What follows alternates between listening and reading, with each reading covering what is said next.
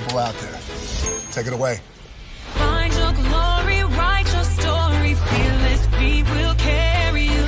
Time you own it, take your moment, be a fire burning through. Hustling from night until morning, grinding it out, it won't be long. Feel your power, it's your hour, you inspire, you are strong. Enjoy your Zoa. No applause? You're all fired.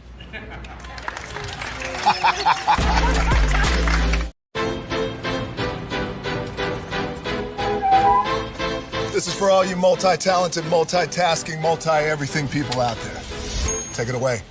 Find your glory, write your story, fearless feet will carry you.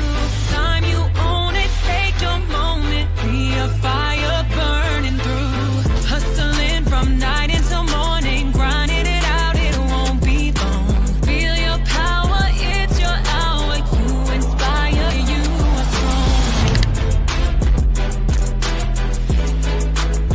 strong. Enjoy your Zoa. No applause? You're all fired.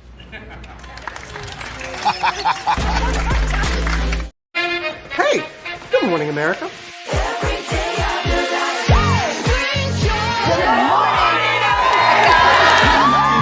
Good morning, America. Good morning, America. Good morning, America.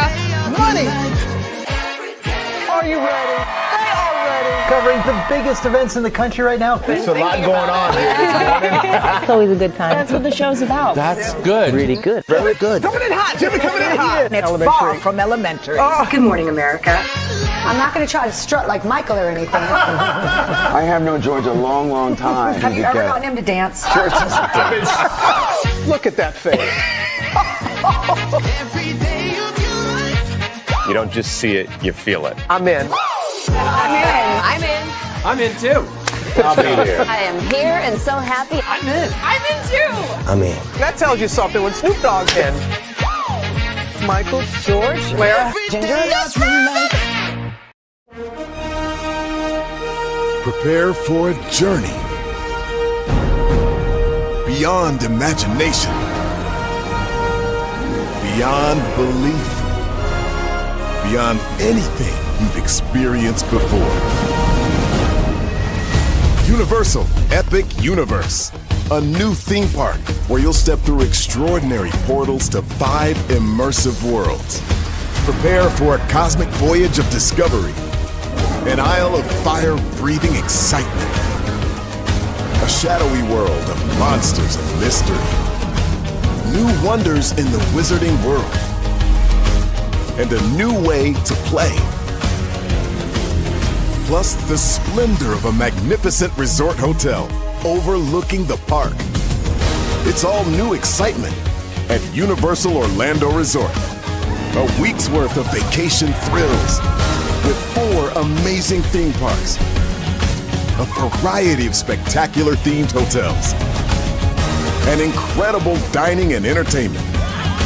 It's all at Universal Orlando Resort, where you'll find new adventures every day.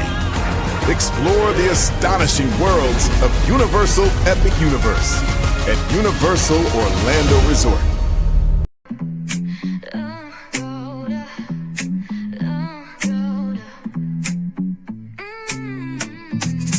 Lights go low, the city goes high.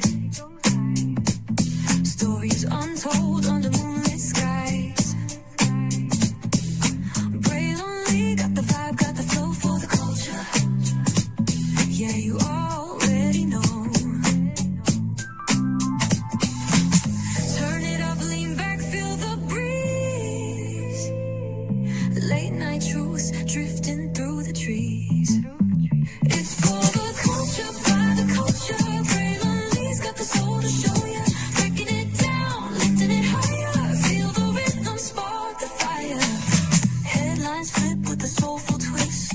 Behind the scenes where the magic sits. It's the heartbeat of the now and the then, where the story starts and never ends. Tune in, lean and feel the groove. Every moment of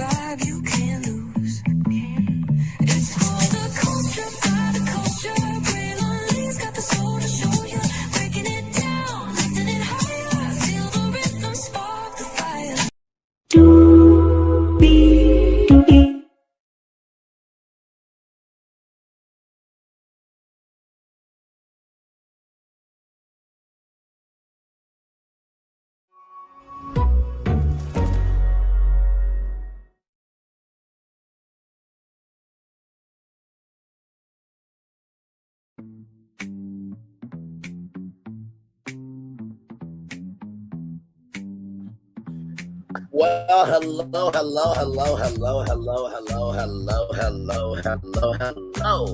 You.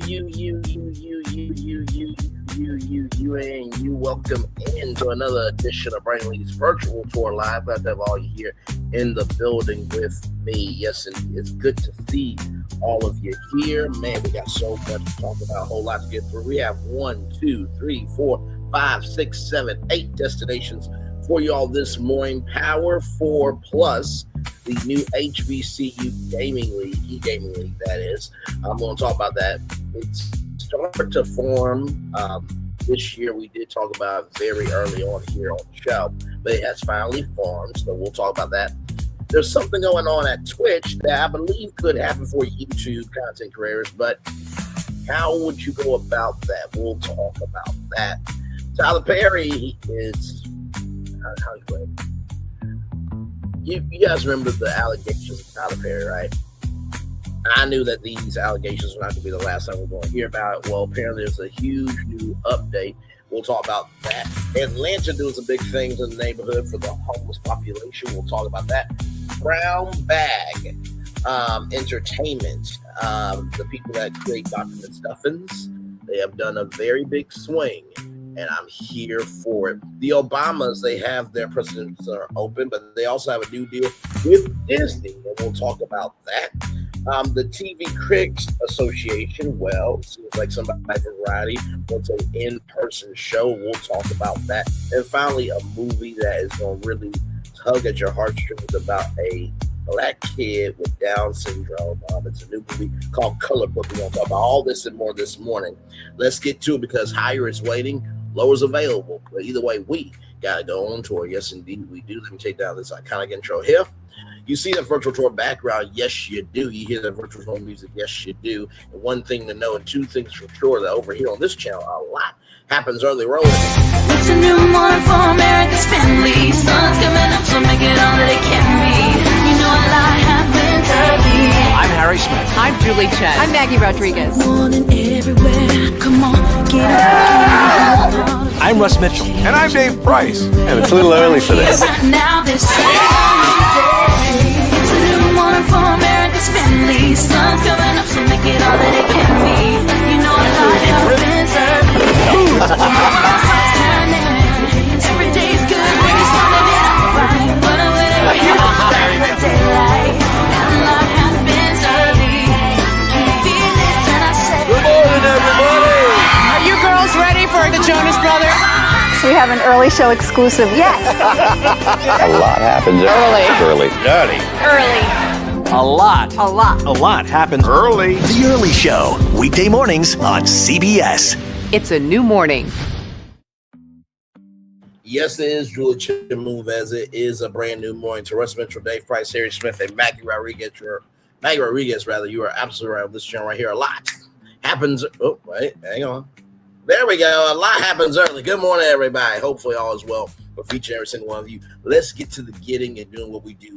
Got 8 destinations for you all. Let's get to it, everybody. My God, today a lot going on per usual in the world. I'm gonna bring it all to you the best way we know how. Virtual tour style for sure. Live variety, but all with soul. So here we go. We're going to kick it off with this here. So from our good friends at Black PR Wire, by the way, shout out to these guys. They actually do press releases for the culture. Okay, you see arts and entertainment, RMO, business, finance, consumer marketing, corporate affairs, diversity, relations. So if you ever want to know anything that's going on in the world of our culture, blackprwire.com is your place. Okay, I pull a lot of info from this site quite often. Here we go. Play Versus and Urban One announce official name and logo of Historic League Power 4 Plus HBCU Esports League. So there is the logo right there. Yes, indeed. Here we go. Play Versus and Urban One recently revealed the official name and logo of their national HBCU collegiate esports competition, Power 4 Plus HBCU Esports League, building on their landmark February partnership announcement. We talked about that here on Brainley's Virtual Tour Live. The companies also shared that 25 premier institutions have already signed on to compete in the inaugural season, kicking off in February 2027, including Bowie State University, Clark Atlanta University, Grambling State University, and Howard University. The full list of participating schools is available here. I'm hoping that Philander Smith College, I don't know about Schroeder College, or UAPB is on the list. I'm just hoping. I am hoping. So I will show you all the list here to show you which schools are participating. Okay, so you got Florida A&M University, you got University of Maryland Eastern Shore, you have Coppin State University of Maryland, you have Norfolk State University in Virginia, St. Philip's College in Texas, Rusk College in Mississippi,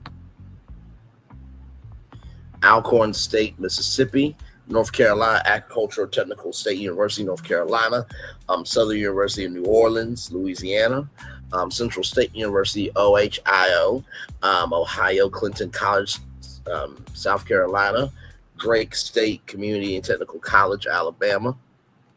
Then you have Howard University, of course, Washington, D.C., Clark, Atlanta, Georgia, Johnson C. Smith University, North Carolina, Tougaloo College, Mississippi, Grambling State, Louisiana, Texas Southern University, Texas.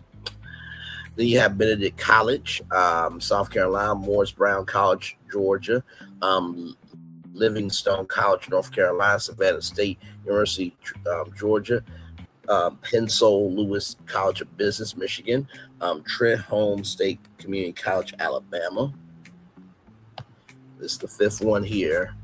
Bowie State, Maryland, Bowie State University, Maryland, Southern University, Louisiana, Wiley University, Texas, and Kentucky State University, Kentucky. So Arkansas is not in here yet, but hopefully Arkansas will be in here soon. Okay, so just want my state to get some representation, damn it. But moving on, the 3-year partnership establishes a dedicated fee-free competitive gaming ecosystem within the Play versus College League designed to expand access, visibility, and career pathways for HBCU students nationwide. So, key milestones and timeline: summer 2026, an advisory committee of esports leaders from participating HBCUs will convene to finalize the league structures and select eligible game tiles. If y'all don't put on some damn Mario Kart, I swear to God. Okay, now I already tried to talk with NBC Universal. They just danced around the question, even though they got Super Nintendo World in Orlando and Hollywood and Japan, even though they're doing Nintendo movies, and even though the Nintendo store is literally right like a couple of steps away from Studio 1A in New York, even though they have all the elements to say to Nintendo, hey, can we bring e-gaming tournaments live to NBC? What the hell? So please put some Mario Kart in there. Fall 2026, a series of HBCU-focused invitational competitions will begin, offering early integration opportunities for founding brand partners. And then February 2027, the Power 4 Plus HBCU Esports League inaugural season kicks off, culminating in a in-person national championship event. This first wave of participating schools is just the beginning, so more schools will be on board soon enough, says Charles O'Donnell, director of collegiate at Play Versus. By partnering with Urban One, we are combining the best-in-class competition with powerful storytelling and national reach. We are building a long-term pipeline that supports students from competition to careers in gaming, technology, and beyond. Now, by the way, I do want to give a shout-out to Major League Gaming. That was a huge platform back in the day that really kicked off the world of e-gaming. Not to mention, too, I want to give a shout to E-League, that they actually built a E-League studio inside the Turner Studios in Atlanta, Georgia. E-League was airing on TBS. So shout out to Major League Gaming, and also to shout out to E-League as well. The rapid adoption we're seeing from HBCUs across the country affirms both cultural relevance and the economic potential of esports within our community, said Alpha Reese. Associate Vice President of Sales at Urban One. Black consumers continuously drive cultural and commercial trends, and gaming is no exception.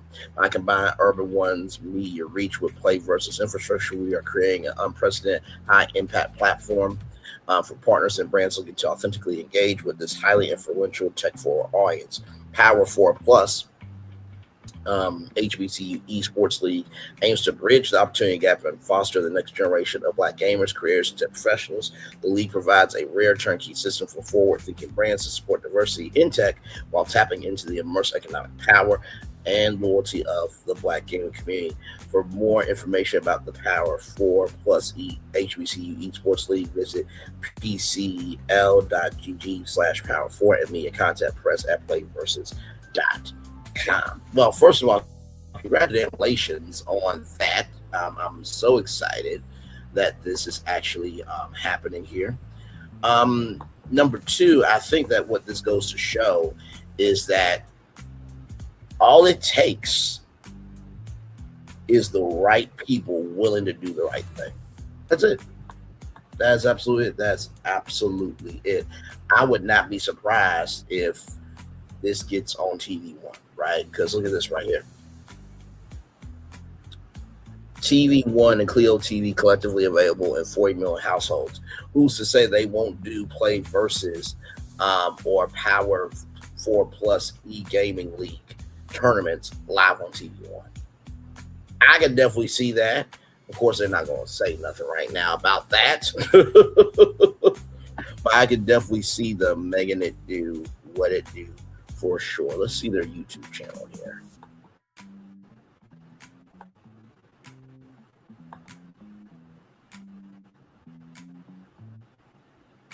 So here it is here.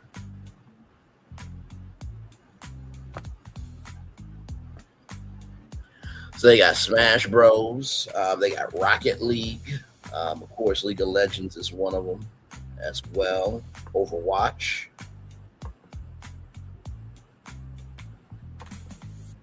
And we see Full Sail University. Shout out to them. They actually have a Full Sail. They actually have an e-gaming arena at Full Sail University. So shout out to Full Sail. Definitely want to partner with them in the future to do something really, really big. So hopefully I'll be able to do that sometime. Let's see here. We got Pug, PUBG as well. And then, of course, the Spring Championships 1 month ago. So, like I said, they got some work to do, but I think if they just take it one step at a time, I think they definitely will get there. E-gaming needs to be on primetime television. It does. It does. I will gladly be a Mario Kart commentator. that blue shell just put him way back to 7th position. Like, don't play with me. Don't play with me. Don't play with me. Don't play with me. Okay. So shout out to Urban One for making it do what it do with Play Versus to make the Power 4 Plus HBCU Esports League, and hopefully more HBCUs will be a part of that for the many years to come. All right, y'all. Speaking of content creators, check this out from Tube Filter here. Twitch creators can now get certified to earn more trust from potential brand partners. So I found this very interesting. Let's get to it. Twitch users can attain badges to identify themselves in chat or celebrate certain games. Now there's a new type of badge available on Twitch. It tells advertisers which creators are certified for brand partnerships on the popular streaming platform. The creator certification, as the new credential is known, is one of several new features unveiled at 2026 TwitchCon Europe gathering in Rotterdam. TwitchCon attendees learned about new ways to stream and reach wider audiences, and the platform's creator community got some monetization upgrades too. Streamers who complete certification requirements will gain access to perks that are not available to other partners and affiliates. The certification program takes form of a new creator camp course that takes about 15 minutes to complete. The lessons cover some sponsorships, one-on-one best practices before moving on to share tips. To share some tips for creating brand suitable content. The course can be found within Twitch's sponsorship portal. Streamers who complete the course are awarded with a profile badge that displays their certified status on its own. The badge has some utility since it helps brands identify creators who possess sponsorship know-how. There are, however, some tangible rewards for certified creators as well. They will get 12 hours of early access to open invite campaigns and training that will help them maximize long-term sponsorship opportunities. Certification programs arrival coincides with the launch of several new exciting sponsorship opportunities on Twitch.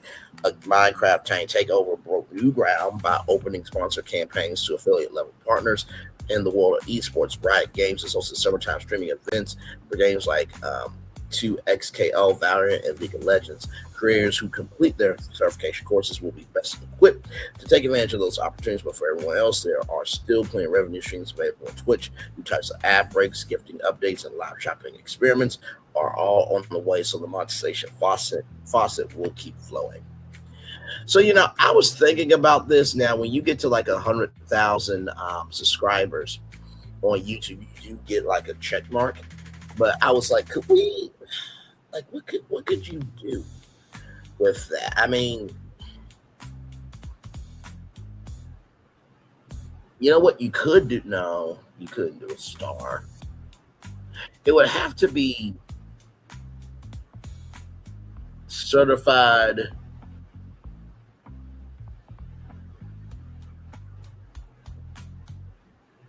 CYT. So basically, you can have like a little. Hang on, let's see. Can I do that? Let me see something real quick, y'all.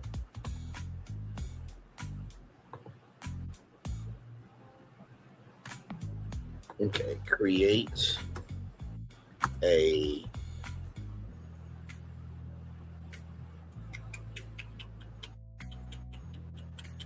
give me a moment, y'all.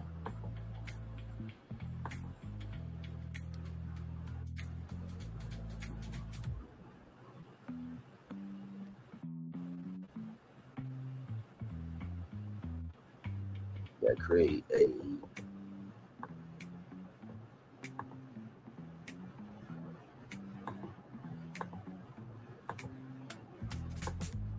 certified YouTuber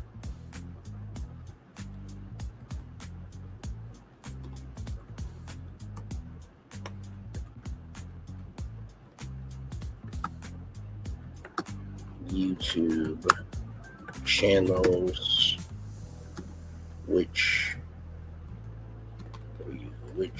would be different than the mark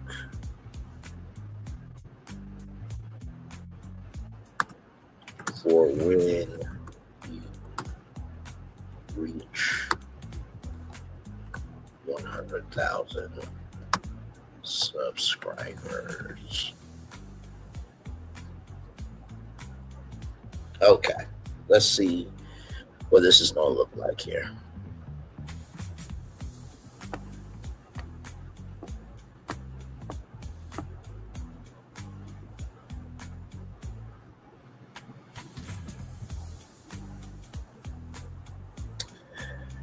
You know what? I think I may have to do a separate live on that. So stay tuned for that. Stay tuned for that. But I do think it's great that Twitch has that. I think that every platform needs a certified creator badge. So that way brands can know, like, oh, okay, this person is working. Even though they're at 3,000, they're a certified creator. They do have an audience. They are posting consistently, and they are available to, collaborate. So I think that's a great idea. All right. More Braylon Lee's virtual tour live coming up right from the space right here and right now. Here we go. From rollingout.com, celebrating 25 years on to the next 25 years. Tyler Perry's $77 million sexual assault case hits a damaging snag. Accuser Mario Rodriguez is sanctions as the deposition dispute intensifies. Here we go. A legal battle between Tyler Perry and his male sexual assault The accuser has taken a pointed new turn, with the accuser now seeking court board sanctions over a deposition dispute that has been building for more than 2 months. The deposition dispute Mario Rodriguez, who filed a $77 million lawsuit against the director and producer late 2025, alleging sexual assault and sexual battery, claims Perry has resisted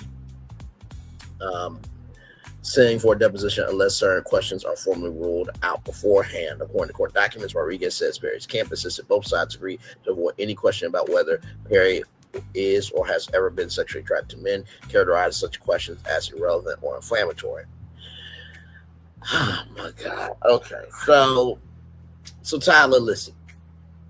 That was in the lawsuit, right? That you texted him at all types of the hours of the day and asked him about his relationships, and then invite him over to your house. So based on that line of information, it would be fair to say for them to ask you that question or questions of that energy in a deposition. So I don't think that is really wrong at all. I just don't think that at all. So that's just me. By the way, shout out to Pam Esquire, who was live talking about this, I believe, last night, if I'm not mistaken. Shout out to her. Really, really good sister.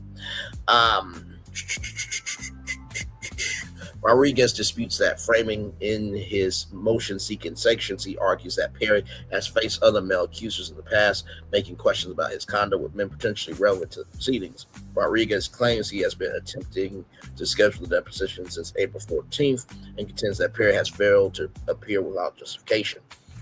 Perry's legal team strongly denied the account, asserting that Perry did not skip the deposition and did not refuse any line of questioning. His attorneys described the motion as baseless, characterized the broad lawsuit as financially motivated, adding that Perry's side intends to pursue its own sanctions in response.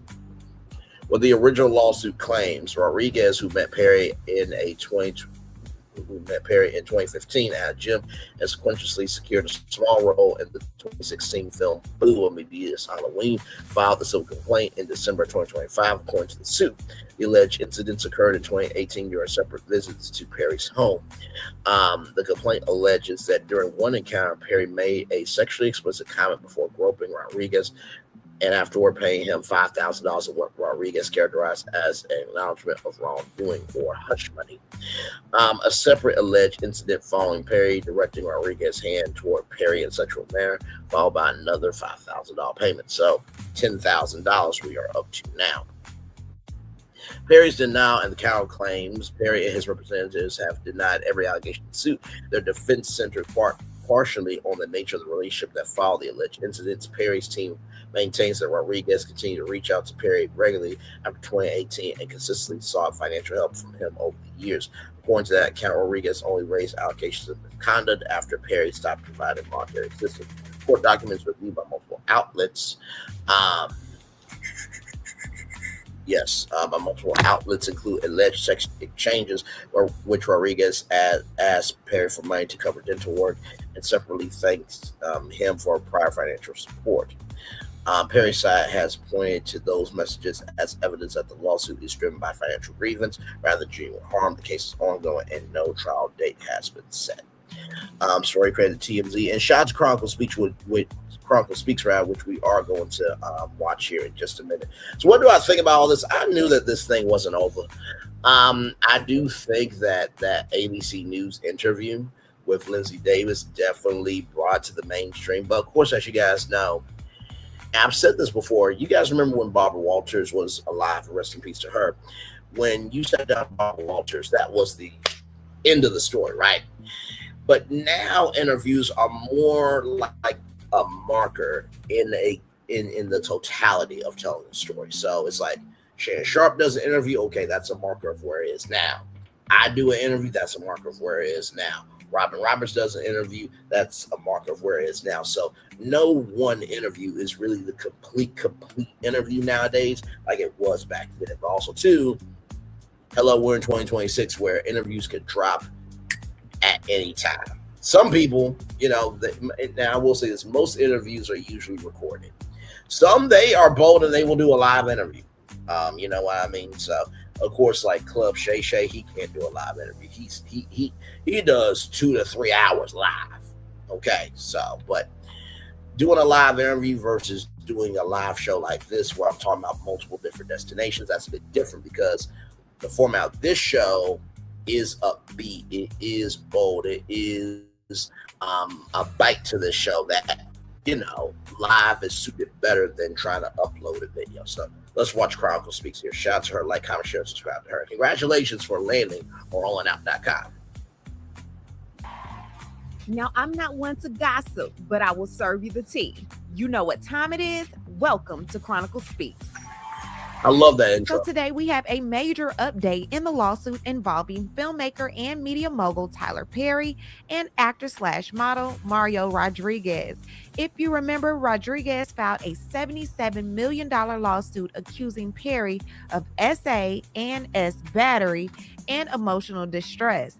But now the legal battle is starting to take shape. It has been moved from state court to federal court, and Tyler Perry has officially responded to the lawsuit, and one of the companies involved is already trying to get itself removed from the case entirely. Tyler Perry said this man has a very profligate lifestyle. I said, baby, who wrote this, T.I.? The term was a little too rich for my blood, so I had to Google it. But let me give you the Chronicle Speaks definition. So he's basically saying that Mario was giving rich girl teas on a broke man's budget, living the upper echelon lifestyle, but didn't really have the money to do so. Understood. Rich girl budget, broke man's pocket. Tyler Perry is saying that this man tried to treat him like his personal piggy bank, begging for financial assistance for his car, apartment, medical services, and unpaid bills. And when Tyler stopped paying last year, that's when the lawsuit was filed. Now, Tyler Perry is denying the allegations in the complaint regarding alleged contact. However, he said if there was contact, the plaintiff consented to it. We have so much to talk about regarding this lawsuit and the answer, and we'll do that and so much more. But before we do, please be sure to subscribe to this channel and hit the bell for notifications so you don't miss out on any news regarding this story and so much more. There's a couple of people that I believe are legends. Chronicle Speaks is a legend. I don't care what anybody says. Her style of reporting, the way she is conversational, the way she carries herself, her, Millie Chun, Chit Chat with QT, there are plenty of others. But Chronicle Speaks is definitely a legend for sure.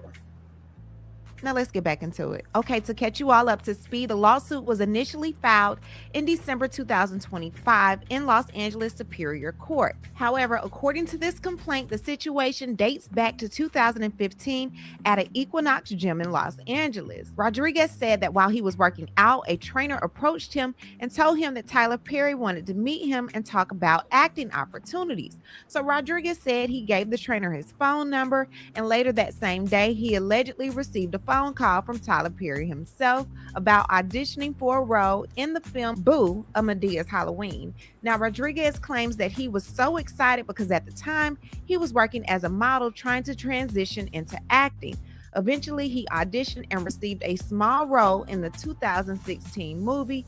But according to the lawsuit, that's when things allegedly started to change. After the movie, Rodriguez says that Tyler Perry used the promise of helping him build a Hollywood career to allegedly groom him. According to the lawsuit, Rodriguez claims that Perry used the possibility of acting roles as a way to make sexual advances towards him, touch him inappropriately, and essay him. The filing also describes what Rodriguez says was a pattern of behavior. He alleges that Perry would isolate him, ask detailed questions about his childhood trauma, and gradually escalate things from conversations to physical contact and explicit sexual propositions. Tyler even allegedly told him, "You have a lot of trauma in you, and believe it or not, we have a lot in common," requesting that Rodriguez stand up and give him a hug. "Come here, man. Let me hug you." Rodriguez felt like Tyler Perry was trying to reenact the famous scene between Matt Damon and Robin Williams from the acclaimed 1997 movie Good Will Hunting. The complaint goes on to say that Rodriguez did not want to offend Tyler Perry because he thought his acting career could be affected. Now, he states that between 2017 and 2019, he and Tyler Perry continued communicating and meeting at Tyler Perry's home in Los Angeles. And he states that some of those meetings, Perry actually made sexual comments and advances and offered him financial support if he could give in to those advances. He claims that Tyler Perry would try to give him massages and touch his chest, even touched his inner thigh right alongside his Johnson, telling him things like, "You just need to relax and stop being so tense." Man, if you would just come, I would take care of you for the rest of your life and you wouldn't have to worry about anything. Then there was an alleged time, according to Rodriguez, that Tyler Perry invited him over. He went and bought some Don Julio. Once they got there, he started asking him questions like, now, if you guys really need to catch up on the lawsuit, we did actually cover the entire lawsuit. We read every single page, okay? It is available on this channel for free, okay? I even link where I got the lawsuit, which I got the lawsuit from Document Ting. Shout out to Document Ting. It's great content. Great. Let's keep going. like giving fellatio to men? Do you like men to give fellatio to you? And he said he started feeling uncomfortable. So he goes to the kitchen. Tyler Perry follows him to the kitchen, comes up behind him and starts unbuckling his pants, reach for his Johnson. This is after he's already told Tyler Perry, I don't like men, I like women. Tyler Perry allegedly pushed himself on Mr. Rodriguez, and Mr. Rodriguez said, I can't take it no more. I'm going home. Then he showed text where Tyler Perry was basically messaging him back to back to back, like, you okay? Okay, you don't want to answer? All right, asshole. I haven't heard from you. I ain't mad. Why? You never text unless something's going on. Rodriguez allegedly responds and says, oh, okay, bro, I know you're busy. Didn't want to bother you. Saying hello ain't a bad thing. Rodriguez says, I know you're on tour. Tyler says, whatever, my tour is over. I'm sorry, man. I thought something had happened, man. The alleged Tyler responds saying, a text saying, I know you're busy, just saying hi is what all my friends do. Good night. Fuck off. Mario responds, wow, okay. Yes, wow, okay. Nothing to say? That's it? I'm sorry. Question mark. Mario responds saying, look, it's a lot going on this month. My daddy's dying. My son's mom has cancer. I ain't even able to work out. What you want from me? Rodriguez claims that it was a point that Tyler actually felt like they were in a relationship, and they weren't. He states that because he never took Tyler Perry up on any of his offers, Tyler Perry did not give him the movie deals that he promised would more than likely be coming his way. Because of those allegations, Rodriguez filed his lawsuit accusing Perry of SA, battery, and intentional infliction of emotional distress. So Tyler Perry responds with text allegedly from Alex Rodriguez, and it says, brother, haven't been feeling okay, confused and a little nauseous. I got blood work, think it's my teeth. I know it's none of your business. I don't know. What do I know? I promised you I would never ask you for anything, but if it is what I think it is, I don't think I could do it on my own because I barely pay my bills. Scared as fuck. I don't want to get sepsis like my dad and pass away. I don't even want to mention it because I don't want to make it real. Feel sick most days. Never told anyone this but my mom, and everybody is starting to notice my broke ass don't have insurance. I never lie to you, but I think that's what's wrong. My dentist is supposed to take care of it in Beverly Hills, but he's in prison for fraud. I've always been healthy, but lately I've been waking up confused and dizzy and a bunch of stuff. I just can't go to the doctor because I can't even afford it. I don't want anything. I just want to be okay. Scared, brother. And then the next set of texts he has a laughing emoji and says, just know that I love you and thank you for everything. I appreciate you to the moon. You got my Mexican ass out of a lot of bad places, and I just want to tell you thank you. I can't buy you anything, but I want to tell you that your boy right here appreciates you more than anything. Straight from my heart, bro. Nothing I wouldn't do for you, man. Anyways, enjoy your time, and I hope to see you again soon. Tyler Perry responded and said, happy Thanksgiving, my friend. Yep, you've been through it. I'm glad you're doing well. You don't have to buy me a thing or pay me a thing. I'm just glad you're good. And then Mario allegedly responds and said, I'm still going through it, but you know me, man. I'm a survivor just like you are. And I'm glad that you're my friend and I love you, bro. Respectfully. Tyler Perry knows what he did, man. He knows what he did. And the text messages that he released the other day, they prove that Perry was sending me money after Madea. The thing that you guys got to ask yourself is why? The evidence that's going to come out is going to shock you guys. So Tyler Perry recently answered the complaint, and he says plaintiff's complaint is a $77 million money grab. Plaintiff fabricates the story based on a decade's worth of falsehoods, misrepresentations, and outlandish claims that have no basis in fact or law and no merit. Plaintiff is manipulating the judicial system in a last-ditch effort to shake down Perry to further fund his profligate lifestyle after years of seeking out Perry for money. After being cast in a very minor role in a single Perry film a decade ago, plaintiff repeatedly turned to Perry as his personal piggy bank, begging for financial assistance for his car, apartment, medical services, and unpaid bills. All the while, plaintiff would press for invites to spend time with Perry at his home, on trips, events, and fancy dinners. Desperate for money, Rodriguez reportedly preyed on Perry's generosity with a feigned friendship until Perry finally stopped giving in to plaintiff's exploitations in 2025. When plaintiff's repeated requests for more financial assistance were met with silence, angry at the loss of his golden goose, plaintiff spun a false tale that the two had a non-consensual relationship, twisting the true reason for the payments to ignite a media firestorm, all to fuel his final money grab and thrust him into the spotlight. Then they began to talk about Lionsgate, and Lionsgate is like, you know what? How did I get into it? See, I ain't even do nothing. Lionsgate wants nothing to do with this lawsuit. They never hired him, they never fired him, and they have absolutely no clue what went on inside Tyler Perry's home. Tyler Perry vehemently denies plaintiff's misrepresentations and distortions of fact and sets forth a general denial and affirmative defense to the meritless allegations in the complaint below. Now, Tyler Perry and his lawyers have listed a long series of affirmative defenses, which are legal arguments explaining why the case should fall, even if certain facts were assumed to be true. Some of these defenses are the failure to state a valid legal claim, a lack of injury or damages, consent, failure to mitigate damages, delay in filing the lawsuit, and the claim that the alleged conduct was not legally outrageous enough to support emotional distress claim. Now, one part that stuck out to me is the fifth one, and it says, while denying the allegations in the complaint regarding alleged contact, the complaint in each cause of action alleged therein is barred in whole or in part because plaintiff consented to any contact by Perry. Basically, what the attorneys are doing is covering their own ass. They're saying, look, none of this happened. None of it's true. None of it. None of it's true. It's BS. They made it up. But even if he's able to show any type of claims that it did happen, they're saying that everything was consensual. So they're covering their ass before it gets to that point. The next part that got me was the unclean hands, number 13. It says plaintiff's claims are barred in whole or in part by the equitable doctrine of unclean hands. So in law, the unclean hands doctrine means someone cannot ask a court for fairness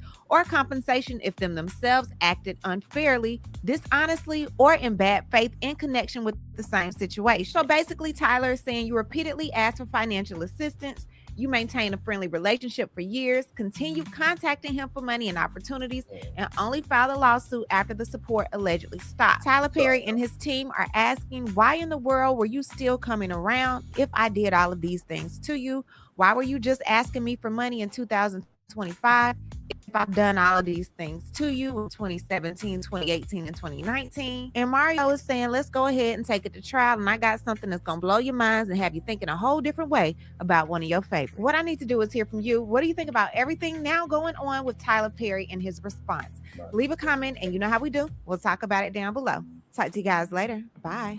As always, thanks for watching, but before you go, don't forget to subscribe to this channel, hit the like button, and hit the bell so you don't miss out on any of my new episodes. Well, what do I think? First of all, shout out to Chronicle Speaks as always. Love her. Like I said, I see where Tyler's coming from, right? Because my thing is, if you keep texting me, right, then obviously me and you are cool. But also, too, just because your texting doesn't mean that that person has to treat you with the utmost respect. Sometimes you're able to compartmentalize things and be able to move on. But I see both sides, but child, that lawsuit was never going to go away, child, at all. So let's keep going on here. We got more. Sorry. Brayley's virtual tour live coming up right from this space right here, right now. It's 11:45 in the morning. Sun is out. I'm in bed, you in bed, or wherever you are. So please forgive me. This is a live and real-time show, okay? So moving on to Black Enterprise Magazine, blackenterprise.com. Now, this story, if you're in Atlanta, pay attention to this destination that we're about to talk about right here.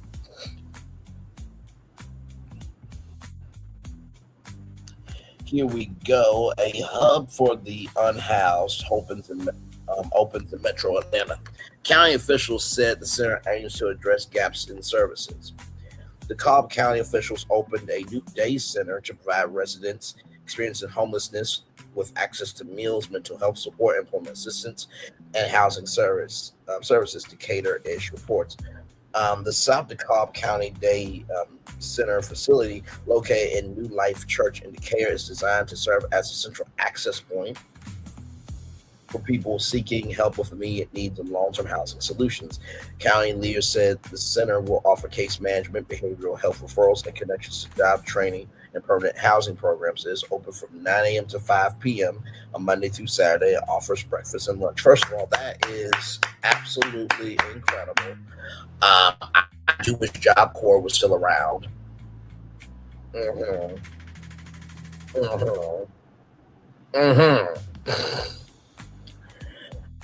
those of you who don't know what Job Corps is, it was a government-funded program where people could get, skills in terms of being an HVAC technician. I believe you can learn about technology there, IT. It was like a vocational school almost, and also too they provided housing. There was a building in Little Rock, Arkansas. I think it's still there. It's close to Southwest Little Rock. It's like a huge building, but that was a Job Corps building, and it's just there, empty and dormant and everything in between. And then there's a place called Acti in Hot Springs, Arkansas, that you live there and you learn your skill set, everything in Hot Springs. So these schools are very important. I'm glad that they are trying in Atlanta to do the right thing. So amazing stuff here. The opening comes 3 months after the DeKalb County Board of Commissioners unanimously approved nearly $930,000. Come on, in funding for the initiative. The allocation covers leasing costs, staffing, food services, security, and other operational expenses. County officials said the center aims to address gaps in daytime services for people experiencing homelessness by offering support in a single location. This is amazing, and this is what they This is what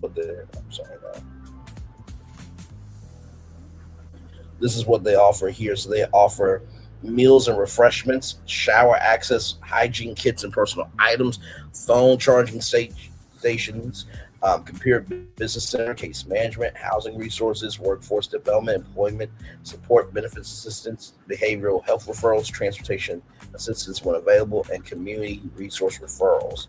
So congratulations. Like I said, this is amazing. Of course, you can ride the MARTA train and bus right there, and then Route 15 connects to Decatur Station neighborhood to going Panthersville and South DeKalb County there, which is amazing. Like I said, according to the county community development department, staff members will assess each person's needs and connect them with resources including mental health care, workforce development programs, and housing navigation services. The key focus here, though, is you got individuals who are in crisis, giving them stabilization and transform them to a better life. The Cobb County Community Development Director Alan Mitchell told WSB Radio, no one has done this before in the metro area. County leaders accelerated plans for the project following increased public concern over homelessness in Decatur and the limited availability of dedicated daytime resources. This new center strengthens our ability to meet residents where they are, provide critical support services, and create opportunities for long-term success. It represents another step forward in our efforts to build a more responsive and coordinated system of care throughout DeKalb County. DeKalb County CEO Lorraine Cochran Johnson said. Officials said the center is intended to provide a consistent entry point for residents seeking assistance while helping them connect with stable housing and other essential services. Like I said, congratulations. I think that this is a wonderful, wonderful thing. Of course, if you guys need the link to any of the destinations that we talk about here on the show, they are in my description box below. Like I said, please, for the love of God, if you know anybody that is in Atlanta and they need a place to fall, they just need to connect to know that they're not alone. I'm gonna drop the link now in the live chat. Like I said, information is power. It really is. Information is power. So definitely want to do anything that I can within my power to be able to showcase what we can be. And here is the website. This is the best of us. Wow, black person and white person working together. Wow, shocking. This is the best of us right here. So truly, it's and like I said too, you never know when it could be you. You never know when it could be you. You never know what could be you. Not everybody has parents. Not everybody has family members or extended family who can be there for them. And you never know when you're going to need that haircut. You never know when you're going to need clothes. You never know when you're going to need food, right? And I think people don't understand that trying to have the minimum wage raise is not really for us to be rich. It is for people to feel like they can have something stable in life, right? Because if my home is okay, then my mental's okay. If my mental is okay and my house is okay, then I'm able to be my best self in the world. So it's really more psychological than anything else. But I just want to say that I thought that was a beautiful thing. So this is the website right here, the website that's on your screen. This is the website right here, NLCA or NICA/ATL.org. So right there, if you know anybody in Atlanta that needs some support, that needs some help, that just needs to know that they are not alone, there is a brand new center called the South DeKalb Day Center Facility, located at New Life Church in Decatur, Georgia. Okay, so just want to mention that this morning. So, all right, y'all, we got more Burning This Work Control Live coming up right from the space right here and right now from Deadline.com. Now, when I saw this, I'm like, oh my God. Okay. All right, then. Now, for those of you who don't know, for those of you who do not know who Dr. McStuffins is, that is one of the biggest cartoons ever to come to Disney Junior. Although Playhouse Disney was where it was at. Okay, Playhouse Disney outbeats Disney Junior, but listen, kids still deserve a platform. Okay, but check this out from Deadline.com. Dr. McStuffins, producer of Brown Bag Films, launches Bad Pencil animation banner for adult-focused projects. See, Disney? Adult-focused projects. Adult-focused projects. Adult-focused projects. Okay? All right, let's get to it. Here we go.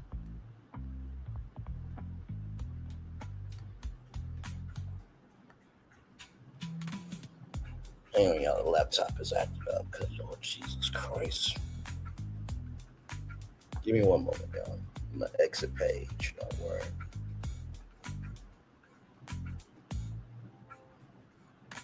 All right, give me one moment, y'all.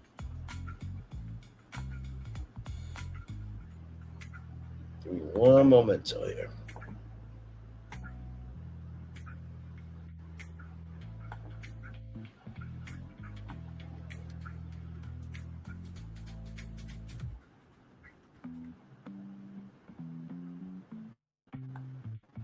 There we go. Okay.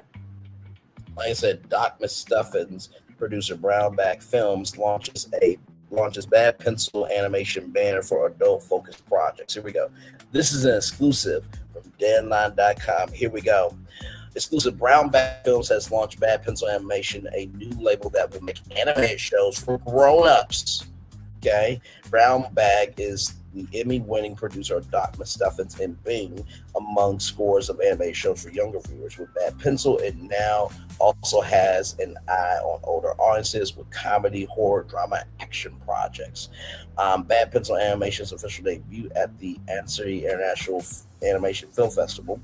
The new banner will focus on service work, meaning it will bring animation to life on older student projects from third-party studios. Okay, we get it. From third-party studios, producers and creators, or production companies, producers and creators. There we go. Let's keep going here. Creative leadership rather for Bad Pencil Animation will come from Brownback Films executive director Santan Shrivai, whose experience includes work on the Oscar-nominated Red Winner, the animated horror anthology Red Iron Roll. He will report to Dargal O'Connell. Sorry if I butchered that, brother. The co-founder and group creative director of Brownback Films, Nicole Gibbs, vice president studio strategy at Brownback Films, will lead the sales effort for the new entity. Bad Pencil Animation is about creating space for a different kind of storytelling within Brownback Films, says Shavai. There's an incredible opportunity right now to push into new creative territory, stories that can be darker, more offbeat, and more tonally diverse while building on the same level of craft and quality the studio is known for. Caitlin Friedman, Executive Vice President, Global Productions for Brownback Films and current Scholastic Entertainment, will lead the strategic direction for the label. She said, with Bad Pencil Animation, we are deliberately widening the lens, creating a home for projects that speak to older audiences, new partners, and platforms across our studios. We have incredible depth of artistic, technical talent with experience spanning a broad range of styles and genres. This initiative allows us to more fully leverage that capability in support of clients in this growing animation market. The team is on the ground at Ansari this week as the Animation Fest kicks off. Now, this is going to relate to our next destination, but before that, congratulations, first of all, for being so coherent to recognize, okay, listen, we got Dr. McStuffins, we got Bing, we got these young kids. What about the grown kids, right? And I think about Adult Swim from Cartoon Network, right? And all the adult cartoons that are within that program, right? I think about Toonami, right? I think about Crunchyroll, and that these platforms really do need support because as you get older, sometimes life can life the mess out of you, right? And you deserve a place to fall. So congratulations. I mean, sincerely, and I did not know who produced Dr. McStuffins. My mom, she is she's very keenly aware of what is going on in the world of kid shows. Of course, my mom, she is a mom just like me. Your moms, and whenever you hang out with other sister friends who have kids and stuff like that, you hear about different shows. And Dr. McStuffins, everybody pretty much knows who Dr. McStuffins is, but this is a monster image from Bad Pencil. Now, we don't know what show this is, but when I saw this, I'm like, this is coming from the people that did Dr. McStuffins. I'm like, all right, then, I'm not mad at it. So with that being said, let's roll on, because this destination is definitely going to emphasize my point here. From Black Enterprise Magazine, from blackenterprise.com, once again, here we go. The Obamas. Here they are, everybody. Yes, indeed. And by the way, shout out to everybody who wore a tan suit at the grand opening. That was so damn good. He's like, hey, y'all like my tan suit? It was inspired by a friend of mine who wore a tan suit. And Obama said, you look good. You look good. I listen, I'm Obama, and I like that tan suit. That's a very good tan suit. Is it nice that we can have a former president that we actually like? Man, I promise you, if it was a third term, everybody would be voting for Obama right there now. I promise you that. Obama's higher ground production company lands Disney deal following Netflix exit. Barack and Michelle Obama's production company is entering a new chapter with Disney, launching an original animated fantasy series. Barack and Michelle Obama's media production company, Higher Ground, embarks on its next major venture after ending its 8-year first look deal with Netflix earlier this year. The company has partnered with Disney to develop Journey, an original animated fantasy series produced in collaboration with Disney Kids and Family, formerly known as Disney Branded Television, created and executive produced by Matt Munn, whose previous credits include Ice Age Collision Course and Spies in Disguise. Journey follows a young heroine who ventures into forbidden lands in search of answers surrounding her father's disappearance while discovering powerful magic within herself. Journey is an epic adventure anchored by a remarkable young heroine whose courage inspires those around her, says A.O. Davis, president of Disney Kids and Family, in a press release according to The Independent. Davis added that the series explores resilience, self-discovery, and the power of believing in something bigger than yourself. Jesse Dorosky, who serves as Higher Ground's head of television, said the company sees the project as a continuation of its mission to create meaningful content for families. Combining adventure, imagination, and music, Journey is a true original that takes bold swings, Dorosky said. We are proud to partner with Disney on this fantastical series and to build on Higher Ground's history of delivering fun and meaningful stories for kids and families. Founded in 2018 by former president and first lady, Higher Ground has become one of the most successful production companies launched by public figures. Its projects include the Oscar and Emmy-winning documentary American Factory, Oscar-nominated films Rusted and American Symphony, and family-focused programs such as Ada Twist Scientist. The Disney deal comes just months after the Obamas announced in April that Higher Ground will become an independent production company, allowing it to work with multiple studios and distributors rather than being tied to a single platform. Nevertheless, Journey signals that the Obamas remain committed to using storytelling to inspire young generations while expanding their footprint across the entertainment industry. Now, first of all, I think that Hulu has a great opportunity to be the streaming platform for adults, right? And if you really think about it, you think about the Onyx Collective, which is a label at Disney for Black and minority content, right? Imagine if the Obamas, right, got a deal with Disney overall. Like, just, you can work with other companies, but you bring your projects here first. If we like them, yes, we'll put them in. But if not, you can work with other companies. Imagine if the Obamas and Hulu did a partnership where Higher Ground produces scripted, unscripted content, animation, live events, all types of stuff, and that goes exclusively on Hulu. And then imagine Bad Pencil Animation putting animation series on Hulu. Disney needs a adult platform, because I promise you what they are doing with Disney Plus is, I cannot tell you how many words I can say dumb that is, because they are killing off the Disney bundle. Disney Plus is for kids and family content. You have Disney, you have Pixar, you have Marvel, you have Star Wars, and then you have National Geographic, right? Then Hulu is your adult platform, and then ESPN Sports. That bundle sells well. So you killing off Hulu to be one Disney, Josh, tomorrow, you are not the smartest person in the room. You're just not, bro. You're just not. And not to mention too, here's the thing, right?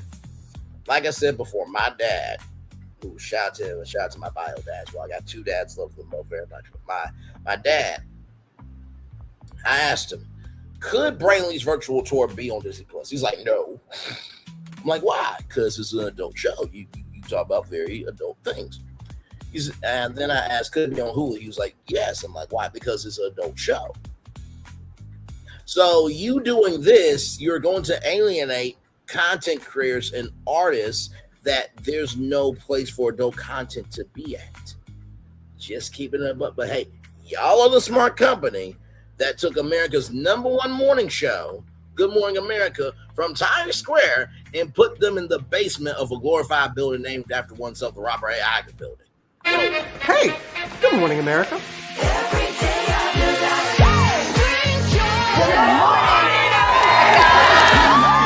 Good morning, America. Good morning, America. Good morning, America. Money. Are you ready? They are ready. Covering the biggest events in the country right now. There's a lot going on here this morning. It's always a good time. That's what the show's about. That's good. Really good. Very good. Coming in hot, Jimmy, coming in hot. It's far from elementary. Good morning, America. I'm not going to try to strut like Michael or anything. I have known George a long, long time. Have you ever gotten him to dance? Look at that face. You don't just see it, you feel it. I'm in. I'm in. I'm in too. I'll be there. I am here and so happy. I'm in. I'm in too. I'm in. That tells you something when Snoop Dogg's in. Michael, George, Lara, Ginger. All that energy is now shrunken down into a basement. That is asinine, that is classless, and that is disrespectful behavior. Just know that, Josh. You got D23 coming up. And personally, I don't think y'all have enough sauce for a D23. I don't think so. Because like I said, at this point with the parks, the parks are not of this energy. Roll it. Prepare for a journey beyond imagination, beyond belief, beyond anything you've experienced before. Universal Epic Universe, a new theme park where you'll step through extraordinary portals to 5 immersive worlds. Prepare for a cosmic voyage of discovery, an isle of fire-breathing excitement, a shadowy world of monsters and mystery, new wonders in the wizarding world, and a new way to play. Plus the splendor of a magnificent resort hotel overlooking the park. It's all new excitement at Universal Orlando Resort. A week's worth of vacation thrills with 4 amazing theme parks, a variety of spectacular themed hotels, and incredible dining and entertainment. It's all at Universal Orlando Resort, where you'll find new adventures every day. Explore the astonishing worlds of Universal Epic Universe at Universal Orlando Resort. Y'all ain't got nothing happening that big. You got Tropical Americas? Okay. You do realize that people love dinosaur more than what you guys got going now. I know the Encanto ride is going to be amazing. Shout out to the broken down, animatronics in Tion's Bayou Adventure. Indiana Jones. Wow, you got Indiana Jones at Hollywood Studios, and they're going to bring Indiana Jones to Animal Kingdom? Really? Really? Really? So because you believe snakes are animals, which they are, that makes him in the Animal Kingdom? Then you're building, Piston Peak, which nobody asked for. You took out one of the most foundational things of Disney World. Then you're building Monstropolis, which nobody asked for, by the way. And you're doing a roller coaster. Okay. See, Disney's problem is, and we talked about this on the Disney live stream that I did with BFP Imagineering. Last Friday of the Night did a great job of this nostalgia problem that they have. They will utilize your nostalgia, but won't give a damn about keeping nostalgia. They'll utilize your nostalgia, but they won't give a damn about keeping nostalgia. They'll utilize your damn nostalgia, but they won't give a damn about keeping nostalgia. And Josh tomorrow is just destroying Disney. He doesn't care about history. I'm saying it. Josh ain't gonna do nothing to me. Josh tomorrow does not care about the fans. He does not care about history. He does not care about giving something that is worth something. He doesn't. The executives don't either. Not sorry. They got a lot of work to do at Disney. What myself, Florence, and Phil have done with BFP Imagineering, they are now trying to do with this Adobe Firefly vanity partnership. It's a vanity partnership. They are not going to take anything that they've done with Adobe Firefly and put it in the parks. They're not going to do that. They're not.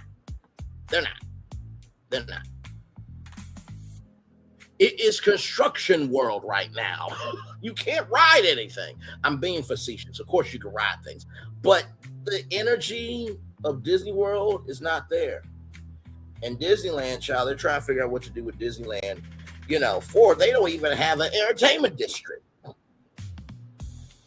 But yet the international parks are getting all the attention. Moving on. So let's talk about this from Variety.com, the TV Critics Association. Now, TV Critics Association is a very, very, very, very, very huge deal. You probably guys know them for their press tours that they used to always have. And by the way, they also used to be at NAPTI and also Real Screen. Those conferences will no longer be around, which I already did live on that and talked about how those two critical keys are keys that unlock a lot of media, because that's where you find out all the production companies that are in business. That's where you find out, the networks that are ready taking content, networks that are, they're not taking in content, but they're willing to hear it. And then, which, networks are like, we're taking a break. But of course, any company that's at NAPTI or at Real Screen is not really there to take a break. They're just showing up so that way they won't be fined.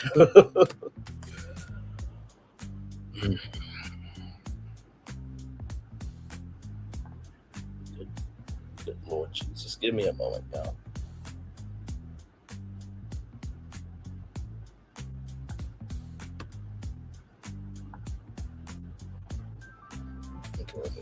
Move. Stop sharing. Come on, good time today for the show. All right, here we go.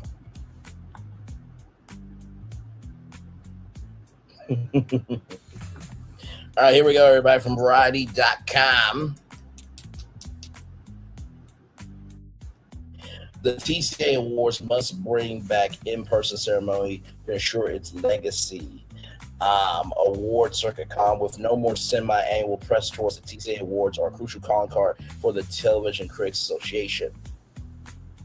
The Television Critics Association last week announced nominations for this year's TCA Awards. And I love that the categories are simple to the point. We are choosing the outstanding individual treatment in drama Noah Wild versus Reyes Senior, and comedy The Harrison Ford Gene Smart Smackdown of Our Dreams, in addition to the best new show overall program of the year. The Late Show with Stephen Colbert beat out its scripted rivals could happen. It's a nice antidote to the Emmys and other TV award shows. Too bad an actual TCA award ceremony doesn't exist at the moment. Like many events, the TCA awards went press release only during the pandemic, and then 2023, due to the Hollywood strikes, finally the awards returned to an in-person event during the organization's 2024 summer press tour, just in time for its 40th edition. It was a dynamic evening with the producers and stars of Fox's Shogun and HBO Max's Hacks and Netflix's Baby Reindeer among those in attendance. Because they weren't televised, the TCA Awards were always a fun, pressure-free night for folks behind some of the biggest TV shows and getting recognition from the country's most influential critics and reporters meant something extra special. The TCA Awards traditionally took place during the summer press tour, but the 2024 edition was also sadly what appears to have been the final one after 4 decades for the group. Last year, with networks and streamers dropping their participation in the press tour and members outside Los Angeles find it increasingly tough to find funds to travel here for several weeks, the event was scrapped. What happens in 2026? I phoned TCA President Andrew Dorhart, who told me last year awards would be announced via social media. Pre-recorded videos TCA members will present the awards to the honorees. Our number one idea is to make sure that the TCA awards are seen by a much broader audience, to make sure that people know about the shows that we are highlighting, says Dorhart, who also runs the indispensable Reality Blurred website. So that's it. Will TCA Awards will be in person again without a press tour as an anchor. It's financially difficult. Unlike many other award shows, TCA doesn't charge submission fees, which is how most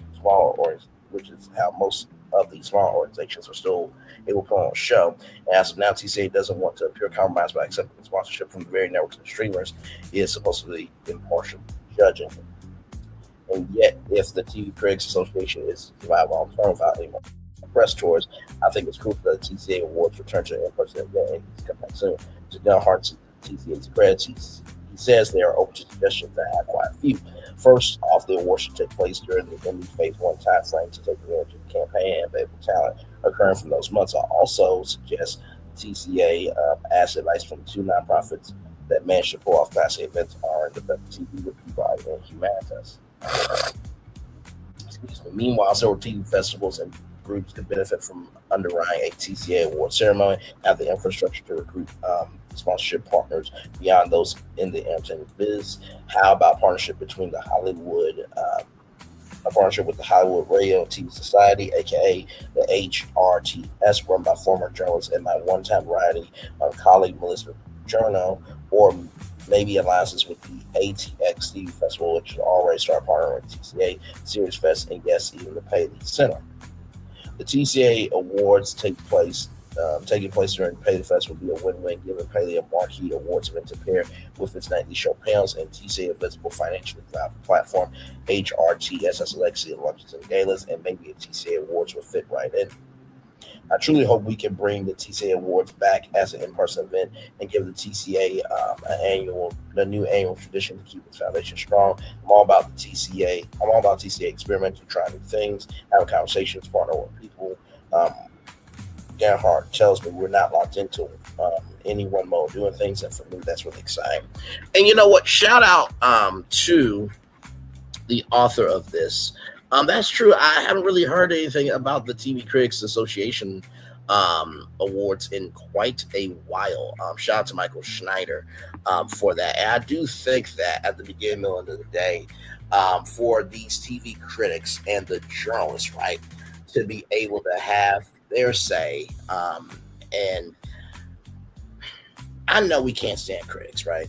But also, too, critics are needed, because without critics, how would you know what's good? How would you know what's bad? Now, what a critic believes is good versus what audience believes is good are 2 completely different parallels. But when you have an association that's been around for over 40 years not be on the ground like this, it is very, very, very bad. And I know that they can't really be. I know they can't really be like, they can't really like partner with ABC or NBC, all that stuff. But the Critics' Choice Awards, you know, they're on the CW, even though CW really doesn't have that much play. But, and my God, they need a network makeover, my Lord Jesus. I've already said to y'all, capture the Win Network, dare to defy what can be on television. That should be their network, but they're not going to be that smart to do that. But with that being said, I do think that TCA Awards do need to be in person, and at least the president is open to ideas. So there is that there. I want to bring that to y'all. Now, our final destination is a film called Color Book, right? And it is a film. Sorry, I'm trying to pause it here. Y'all know how. There we go. There we go. So this film is a film about fatherhood and the disability community. It is now streaming on Netflix, right? So Color Book began streaming on the platform this weekend, bringing its moving story to audiences worldwide after generating buzz on the film festival circuit. Directed by David Fortune, the film stars Will Collett, Jeremiah Daniels, Terry Vaughn, and Brandy Evans from P-Valley, which we're still waiting for P-Valley, by the way, stars. The film follows Lucky, a devoted father navigating life after the loss of his wife while raising his son Mason, a child with Down syndrome, as the pair embark on a journey across Atlanta. Tim makes his first professional baseball game, then encounter a series of obstacles that ultimately strengthen their bond and challenge them to preserve their grief. Actress naturi, not for real, her husband, to Lewis, served as executive producers on the project through their company Take Two Entertainment. Colored Book is described as a beautiful story about fatherhood, family resilience, and the disability community. The pair also encouraged supporters to stream the movie during its opening weekend, knowing that project's few first days on Netflix can play a significant role in its overall success. Following a successful festival run that included a premiere tribeca, Coloring Book is now available for viewers everywhere, offering emotional look at family, love, and perseverance through the eyes of a father and son. Will you be adding Color Book to your Netflix watch list? Absolutely. I don't have Netflix, but any way that I can support this type of project, I definitely will. So let's watch the trailer. Here we go.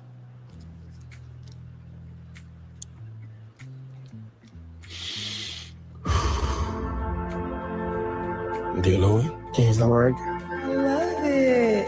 Should we put more colors? We love you. We love you. We thank you. We thank you. And we honor you. Amen. Amen.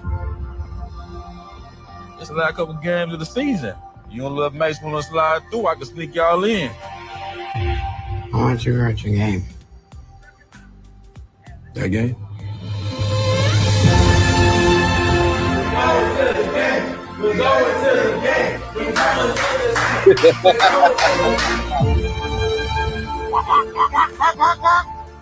Yes. How you holding, man? I'm good. You just want to make sure we get him back to his parents. I am his parents! It's your boy. You can just let me do this one thing. That's all I'm asking. All right, little Wonky. Can you make me a promise? Yes. You're going to hold my hand. We're going to keep running. We're going to keep running. We're going to keep running. We're going to keep running, okay? We're not going to look back. We're not looking back. We're not looking back. It's just going to be me and you. You good with that?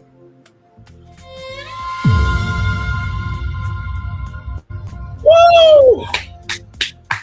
Now, see, for everybody asking for positive black story, y'all better watch this shit.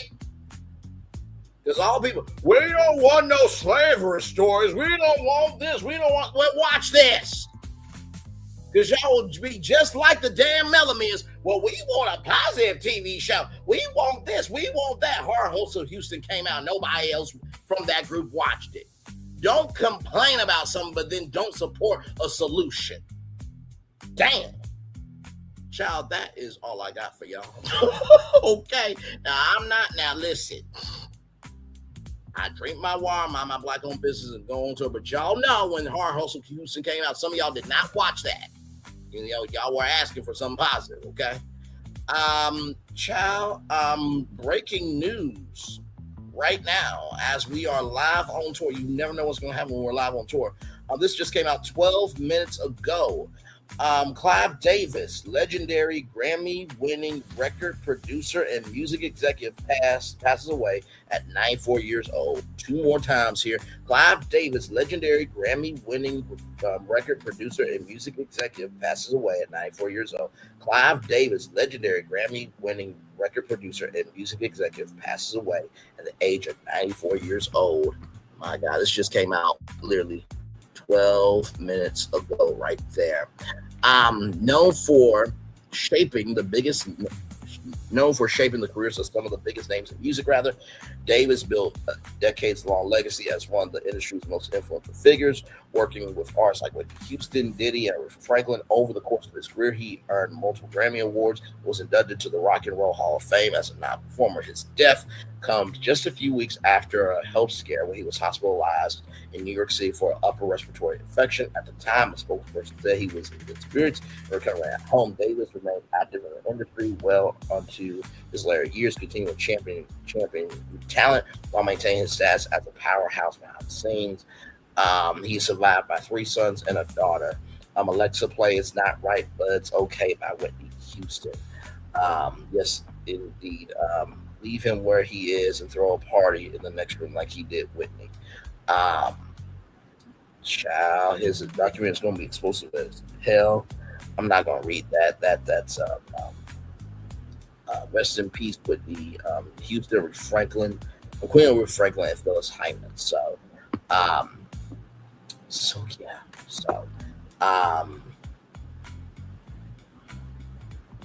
Man, he was a part of many childhoods, made a lot of dreams come true, and no one is perfect. It's going to be interesting to see how they deal with his passing at the Grammys. As you guys know, Clive Davis would do the Grammys party every year, but now, Clive will not be there. I believe the Grammys will be moving to ABC in 2028. if I'm not mistaken. Grammys moving to ABC in 2028. Grammys moving to ABC. 2027, my bad. So a year earlier. So literally next year will be the first time that the Grammys are on ABC. And it will be the first time in a long time that Clive Davis will not be there for the Grammys party. So rest in peace to Clive Davis, everybody. 12 minutes ago, it just came out from the one, the only Jasmine brand that Clive Davis has died at the age of 94 years old. You know, I always say with our show, you truly never know what is going to happen on this show. You know, the positive news story of the day just kind of came out of the fact of, you know, I don't really pick the story before the show because I want to be in real time, and I don't know how much more real time you can get than that. So one love, much love, all love. I feel the love is sending right back to you. I'll see you guys back here at night at 6 o'clock for Real Housewives of Atlanta, child. So much to talk about. All right, love y'all. Bye. Rest in peace to Clive Davis, everybody.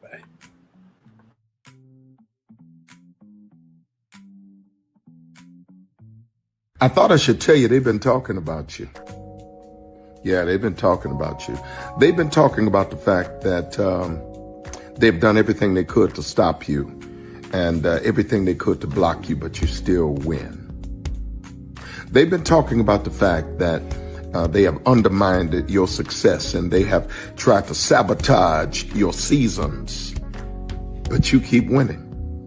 They've been talking about the fact that even though they don't like each other, they get together to try to kill you, but you keep winning. They've been talking about the fact that you were voted least likely to succeed, but like cream, you keep rising to the top.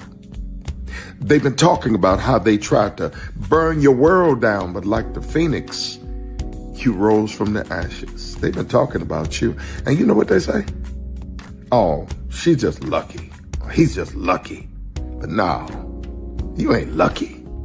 You're anointed. You got something on you. You got favor on you. You got power on you. You were born to win. Now they can call it luck, but it's grace. They can call it luck, but it's favor. But whatever they call it, it doesn't matter, because you know what God calls you? Do you know what God calls you? A winner. I thought I should tell you they've been talking about you. Yeah, they've been talking about you. They've been talking about the fact that they've done everything they could to stop you and everything they could to block you, but you still win. They've been talking about the fact that they have undermined your success and they have tried to sabotage your seasons, but you keep winning. They've been talking about the fact that even though they don't like each other, they get together to try to kill you, but you keep winning. They've been talking about the fact that you were voted least likely to succeed, but like cream, you keep rising to the top. They've been talking about how they tried to burn your world down, but like the phoenix, you rose from the ashes. They've been talking about you. And you know what they say? Oh, she's just lucky. He's just lucky. But no, you ain't lucky. You're anointed. You got something on you. You got favor on you. You got power on you. You were born to win. Now they can call it luck, but it's grace. They can call it luck, but it's favor. But whatever they call it, it doesn't matter, because you know what God calls you? Do you know what God calls you? A winner. I thought I should tell you they've been talking about you. Yeah, they've been talking about you. They've been talking about the fact that they've done everything they could to stop you and everything they could to block you, but you still win. They've been talking about the fact that they have undermined your success and they have tried to sabotage your seasons, but you keep winning. They've been talking about the fact that even though they don't like each other, they get together to try to kill you, but you keep winning. They've been talking about the fact that you were voted least likely to succeed, but like cream, you keep rising to the top. They've been talking about how they tried to burn your world down, but like the phoenix, you rose from the ashes. They've been talking about you. And you know what they say? Oh, she's just lucky. He's just lucky. But no, you ain't lucky. You're anointed. You got something on you. You got favor on you. You got power on you. You were born to win. Now they can call it luck, but it's grace. They can call it luck, but it's favor. But whatever they call it, it doesn't matter, because you know what God calls you? Do you know what God calls you? A winner.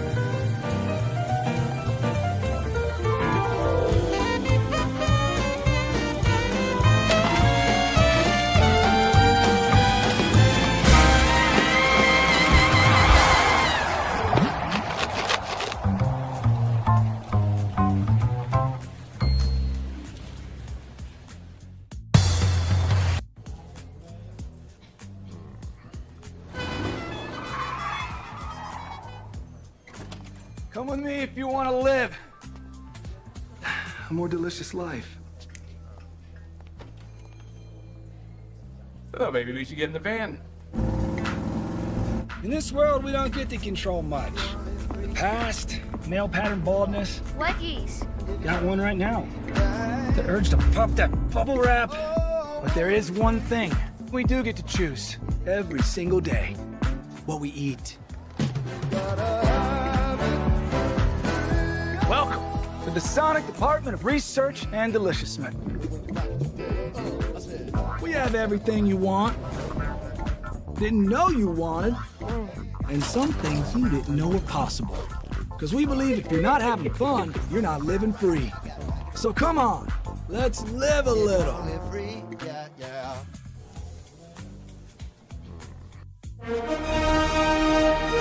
Prepare for a journey beyond imagination, beyond belief, beyond anything you've experienced before. Universal Epic Universe, a new theme park where you'll step through extraordinary portals to 5 immersive worlds. Prepare for a cosmic voyage of discovery, an isle of fire-breathing excitement, a shadowy world of monsters and mystery, new wonders in the wizarding world, and a new way to play. Plus the splendor of a magnificent resort hotel overlooking the park. It's all new excitement at Universal Orlando Resort. A week's worth of vacation thrills with 4 amazing theme parks, a variety of spectacular themed hotels, and incredible dining and entertainment. It's all at Universal Orlando Resort, where you'll find new adventures every day. Explore the astonishing worlds of Universal Epic Universe at Universal Orlando Resort. Because here's the thing, a good streamer can find other content. Because here's the thing, a good streamer can find other content. Because here's the thing, a good streamer can find other content. Because here's the thing, a good streamer can find other content. I have been moving on my own accord, covering Black culture. There is more to life. I heard that, friend. Braylon, shout out to Braylon. Make sure y'all go follow Braylon in case y'all haven't. I love your content. I have have been moving on my own accord, covering Black culture. There is more to life. I heard that, friend. Braylon, shout out to Braylon. Make sure y'all go follow Braylon in case y'all haven't. I love your content. I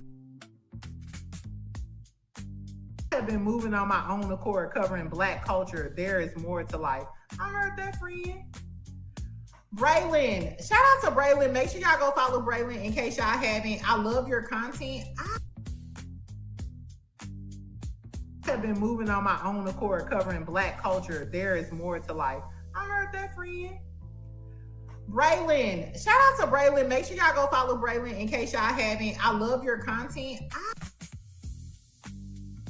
Child, Braylon been over there doing his thing, minding his GD business, staying out of trouble, trying to get the folks some positive stuff to talk about. Besides lying all the damn time. Child, Braylon been over there doing his thing, minding his GD business, staying out of trouble, trying to get the folks some positive stuff to talk about. Besides lying all the damn time. Child, Braylon been over there doing his thing, minding his GD business, staying out of trouble, trying to get the folks some positive stuff to talk about. Besides lying all the damn time. Child, Braylon been over there doing his thing, minding his GD business, staying out of trouble, trying to get the folks some positive stuff to talk about. Besides lying all the damn time. Child, Braylon been over there doing his thing, minding his GD business, staying out of trouble, trying to get the folks some positive stuff to talk about. Besides lying all the damn time.